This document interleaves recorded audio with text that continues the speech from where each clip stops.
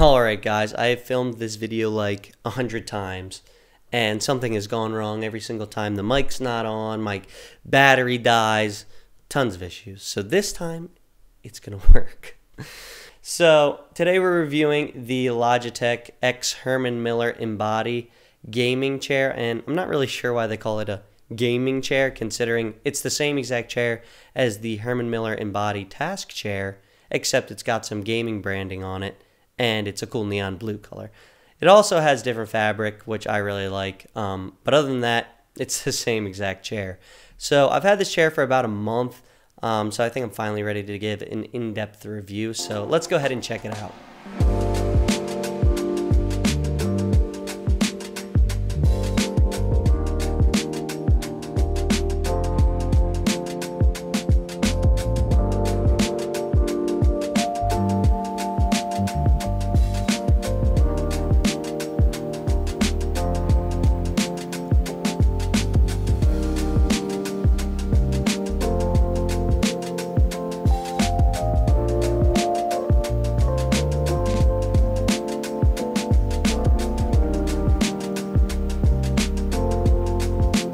So first things first, let's talk about the price. This chair is $1,600, which is absolutely nuts.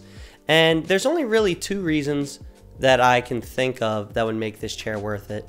And the number one reason being the 12-year warranty. I have bought so many chairs that have the leather peeling off, the feet flying off, the wheels breaking off after about 3 years. So this chair, you don't have to worry about any of that, and you'll be able to have it for a minimum of 12 years because Herman Miller is going to fix all those problems for you. The second being, this chair actually does feel premium.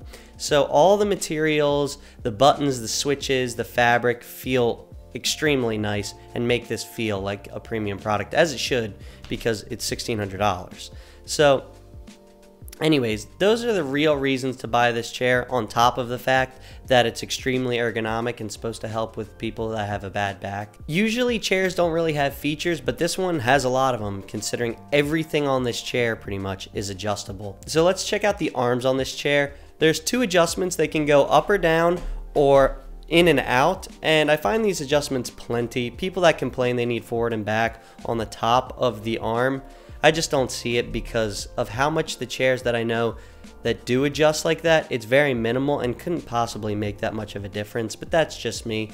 Overall, I don't really use arms anyways. I put them at the minimum, scooch in super close to my desk, and then rest my arms on my desk anyways. If I'm watching a movie, I'll put them up and recline with my arms on them, but that's pretty much the only time I use them.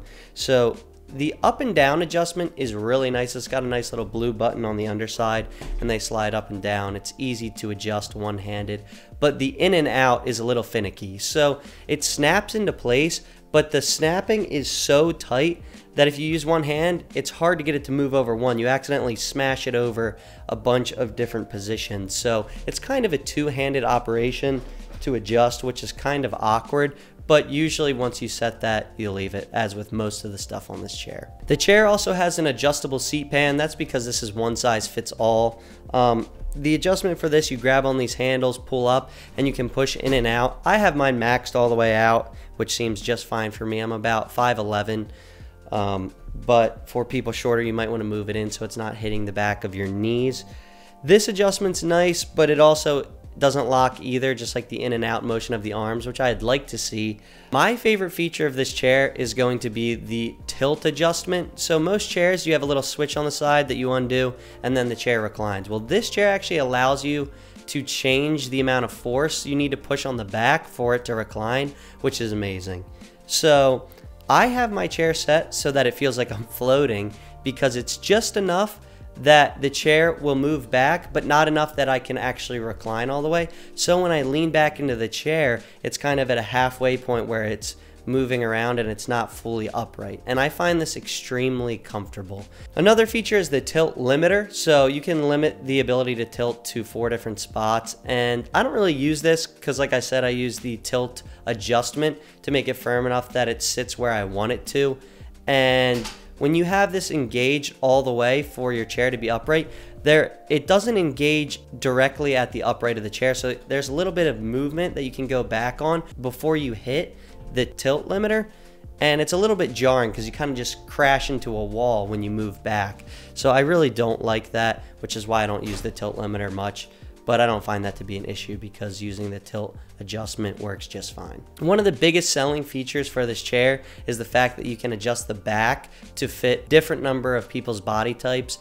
And I have tried for a month to get this right, and I always feel like I have it right, but within 3 or 4 hours of sitting on the chair, I still get back pain, which is a huge issue, and if I can't figure it out, I'm gonna have to send the chair back. That's one problem I've seen a lot of people have.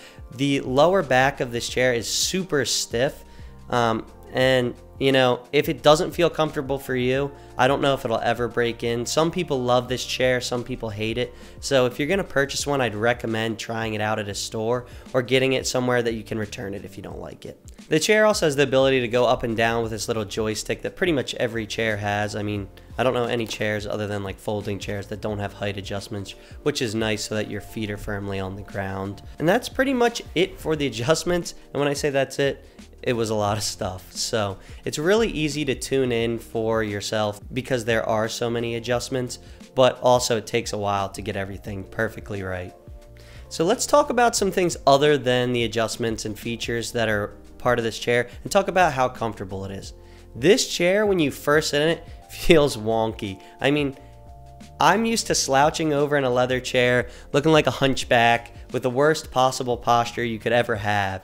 Well, you can't really do that in this chair. It forces you to sit upright. So when you sit in it for the first time, it might feel not uncomfortable, but just weird because it kind of makes you sit up straight with your back straight and pressed against the back of the chair. So it can kind of feel jarring at first, but you'll definitely get used to it.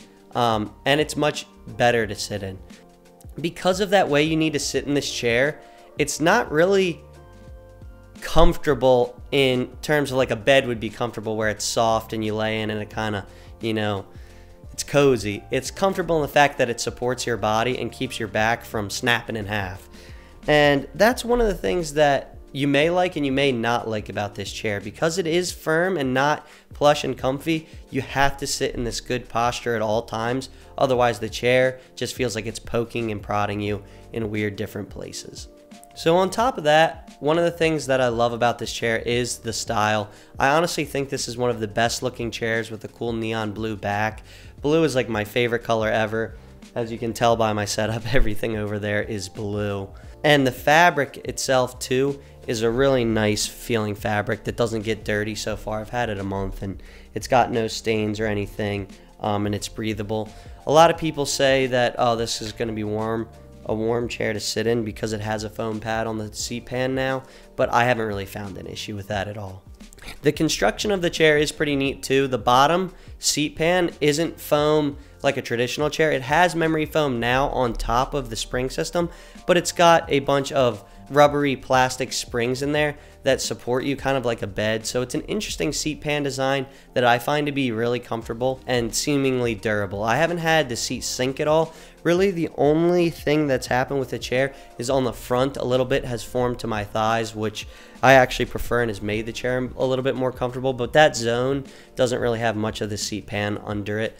Most of it is just the memory foam itself. The back of this chair uses a, what's it called, a pixel design where each piece is supposed to contour to your back. And to be honest, I found this kind of gimmicky. I don't really feel like it works at all except for at the very top of your back because the lower back of this chair is so stiff. It sort of works, but honestly, I don't ever find myself really leaning back into my chair that hard. So, you know, it looks cool. That's pretty much the only function it gives for me. There's not a lot of padding either on the back of the chair. It's pretty much this plastic and then about a millimeter of a light foam fabric. So it can feel a little bit uncomfortable if you really lean hard onto the back, but so far I found it pretty nice. So should you buy this chair? Well, first of all, it's $1,600, which is absurd. if you're gonna get it, at least try it out before you buy it, because I'm starting to regret purchasing this chair at this point because I am still having issues with getting it to fit my back properly, and some people it just may not fit on. I really wanted to love this chair because it looks so cool, has so many adjustments, and it fits under my desk really nice. The biggest issue I have with a lot of chairs is you can't put the arms down low enough to really scooch into the desk, but this chair fits the bill for that. So anyways, if you guys enjoyed the video or have any questions, please leave a comment below. Give the video a like and subscribe, and thanks for watching, guys. Peace.